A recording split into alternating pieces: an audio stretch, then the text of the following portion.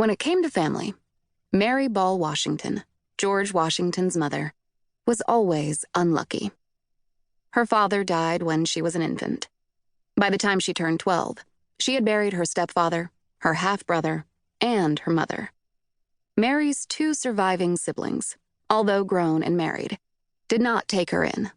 Instead, she became the legal ward of a neighbor. Her life immediately got worse.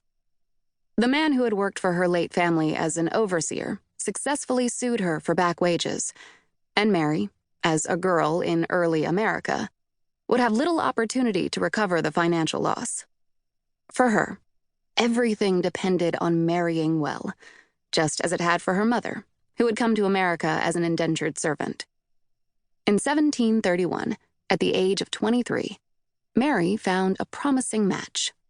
Augustine Washington, an educated widower, 14 years her senior, was a justice of the peace who owned a small tobacco farm and an increasing number of slaves.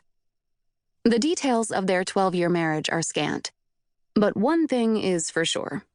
It produced 6 children, whom they raised at Ferry Farm, a modest enterprise outside of Fredericksburg, Virginia.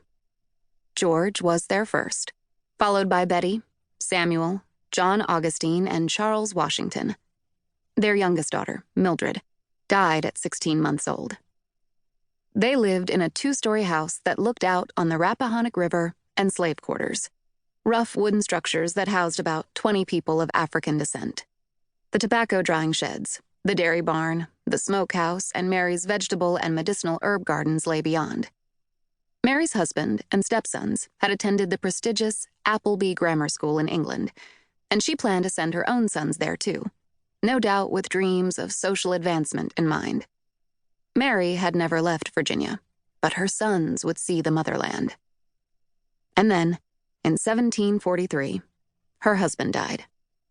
Augustine was buried with his first wife, a sign of things to come for Mary and her 5 children.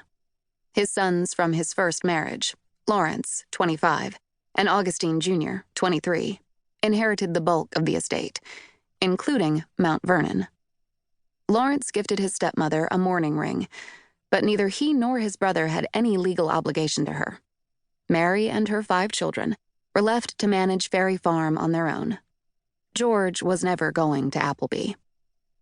Mary, now 35, took up the job of maintaining a property that legally belonged to her 11-year-old son.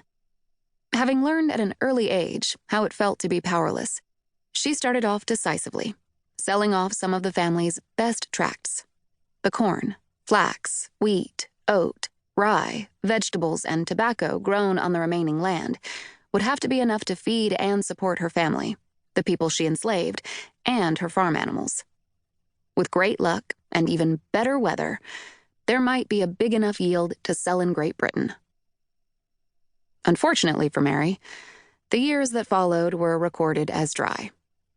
She managed to scrape together enough to sell abroad, but that was only half the battle. British merchants had a monopoly on trade, and they couldn't be depended on to deal fairly. Their terms stated that no sale was final until the product reached Great Britain.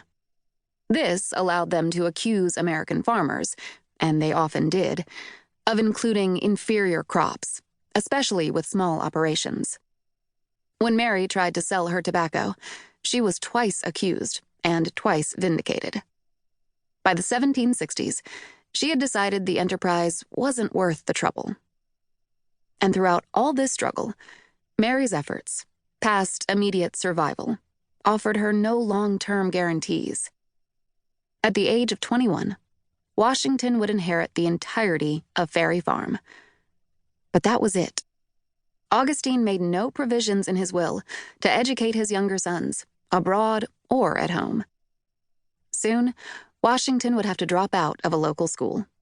He would spend the rest of his life trying to catch up.